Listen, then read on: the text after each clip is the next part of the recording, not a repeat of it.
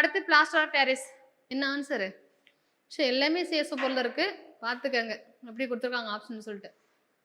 Of calcium sulphate hemihydrate பார்த்தோமா? So answer வந்து பாம்பே.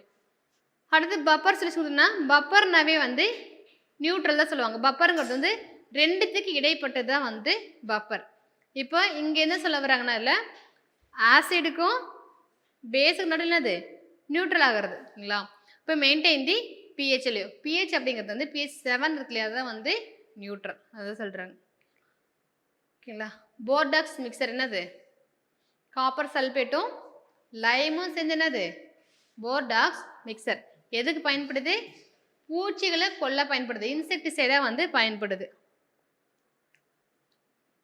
அடுத்து பார்த்தீங்கன்னா வந்து நம்ம பார்த்ததில் வந்து எதுக்கு அதிகமான பிஹெச் வேல்யூ இருக்குன்னா வந்து சோடியம் கார்பனேட்டுக்கு தான் அதிகமாக, வாஷிங் சோடாக்கு தான் வந்து அதிகமான பிஹெச் வேல்யூ இருக்குன்னு சொல்கிறாங்க. ஓகேவா?